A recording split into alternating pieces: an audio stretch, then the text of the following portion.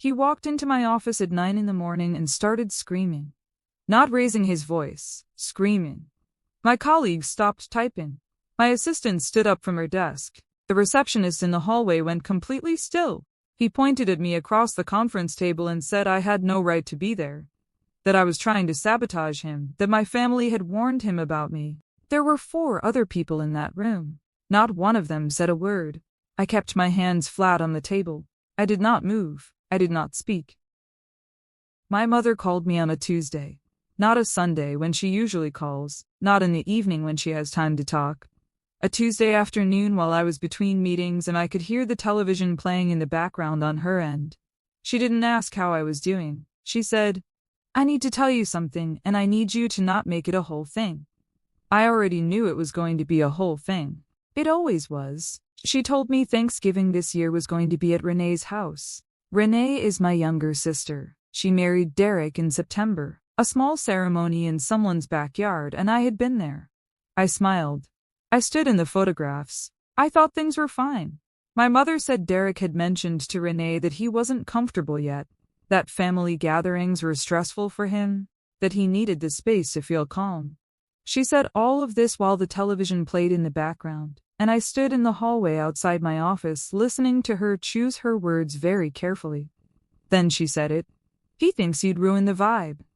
I didn't say anything for a moment. I was trying to figure out if I had heard her correctly. "He doesn't know me," I said. "He knows enough," she said. Renee talked to him. So Renee had talked to him. Renee, who I had helped move 3 times. Renee, who I had lent money to when she was between jobs and never once asked for it back.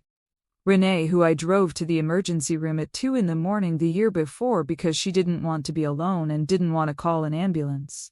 Renee had talked to her husband of 6 weeks and decided I was a problem. My mother said she hoped I understood. She said it wasn't personal. She said Derek was still adjusting. I asked her what she had said when Renee first brought it up. She was quiet for a second. Then she said, "I told her it was her home and her decision." That was the answer. Not that she had pushed back. Not that she had asked a single question about what I had supposedly done. She had heard that her new son-in-law was uncomfortable, and she had nodded and then picked up the phone to manage me. I told her I understood. I said it calmly because I did understand. I just understood something different than what she thought I understood.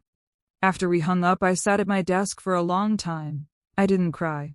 I wasn't angry in the way people expect anger to look. It was quieter than that. It was more like something settling into place. Like watching a picture you've been squinting at for years finally come into focus.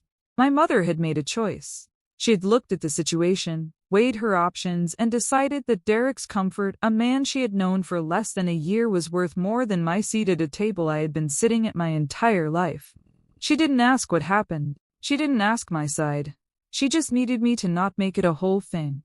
I didn't. I went back into my meeting. I answered my emails. I drove home, made dinner, and did not tell a single person what she had said to me. Some things don't need a reaction to still be real. The thing about patterns is that they don't announce themselves. They don't arrive with a warning or a label. They just repeat, quietly, until one day you're sitting at your desk after a phone call and you start counting. I started counting that night. The first time I remember being moved out of the way for someone else's comfort, I was 11 years old. We were supposed to go to my school play. I had a part. It wasn't big, but I had memorized every line and I had told my mother the date 3 weeks in advance.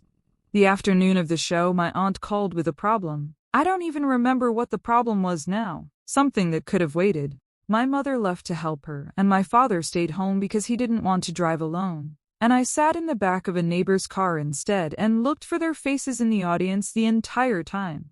They weren't there. My mother apologized. She said it couldn't be helped. She bought me a milkshake on the way home and I said, "Thank you," and I meant it because I was 11 and I didn't know yet that it would happen again. It did happen again. It happened when I got into a competitive summer program at 16 and my parents couldn't figure out the carpool schedule, so I didn't go. It happened when I was 22 and my grandmother left a small piece of jewelry to each granddaughter and mine somehow ended up with Renee, because Renee had admired it once at Christmas. It happened at family dinners where my stories got talked over and Renee's got follow-up questions, small things, individually forgettable. But they had a shape, and the shape was always the same. I was the one who adjusted. I was the one who made room. I was the one who understood, who didn't make it a whole thing, who was reasonable enough to absorb whatever needed absorbing that week. Renee was younger by 4 years, and for a long time I told myself that was the reason. Youngest children get softened for. It's normal. But as we got older, the gap didn't close. It widened. The older I got, the more capable I was assumed to be. The more capable I appeared, the less anyone checked on me. The less anyone checked on me, the more invisible I became. There's a particular kind of loneliness in being the one people aren't worried about. It looks like competence from the outside. Feels like abandonment from the inside. When Derek came into the picture, I noticed how quickly he was absorbed. How fast my mother laughed at his jokes. How she asked Renee about his job, his background, his preferences. She learned how he took his coffee inside of 2 visits. She still occasionally gets my order wrong, and I've been drinking the same thing for 15 years. I don't say that to sound bitter. I say it because it's accurate. He had been in our family for a few months and he already had more weight than I had spent a lifetime earning. And when he said he didn't want me at the table, no one asked why. No one asked me anything. They just reorganized around his comfort and assumed I would do what I always did.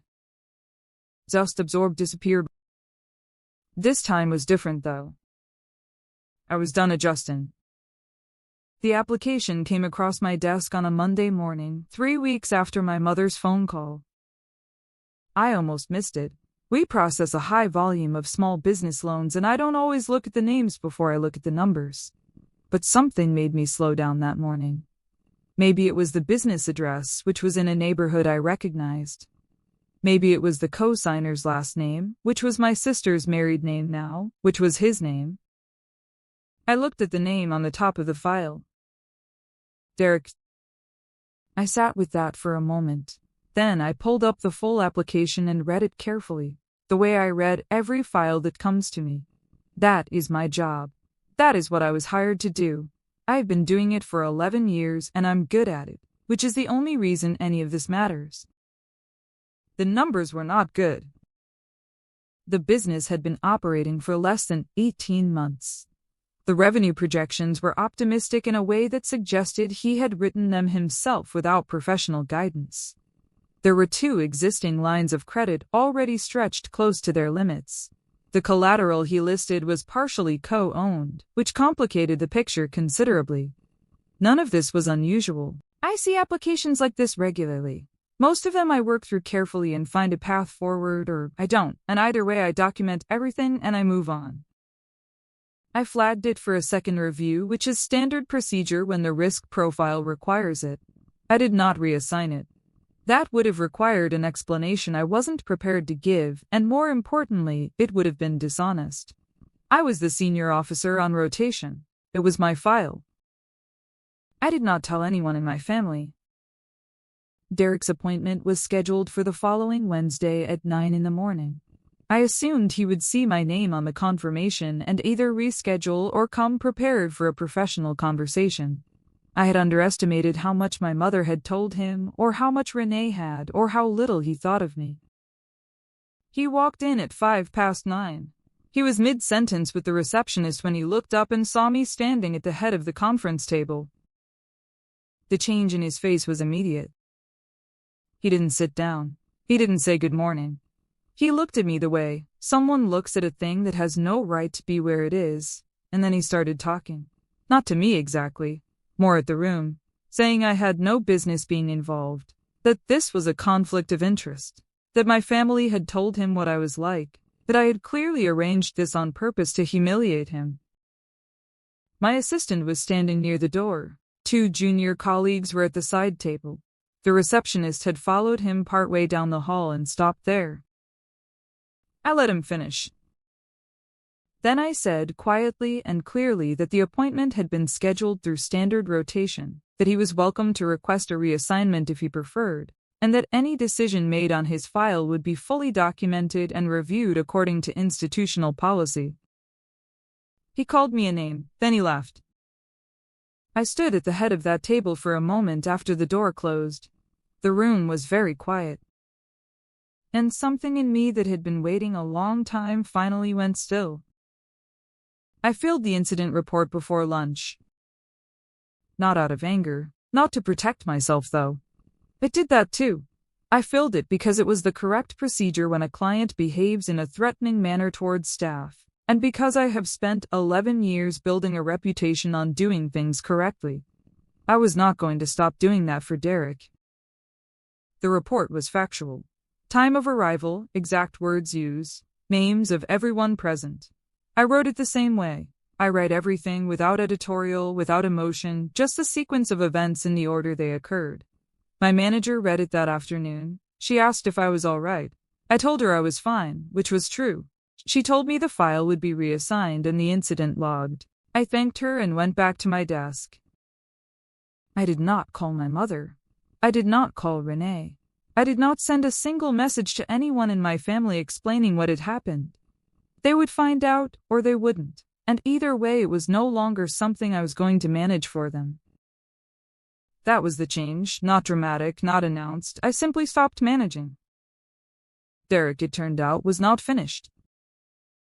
He called the bank's main line twice that week asking to speak to someone above my manager.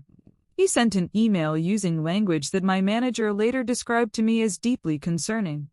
He told at least 2 people, one of them a mutual contact who knew both of us professionally, that I had targeted him because of a family dispute and that I had acted unethically in reviewing his file. That mutual contact called me. I told her the reassignment had been handled per standard procedure and that I couldn't discuss the details of any client file.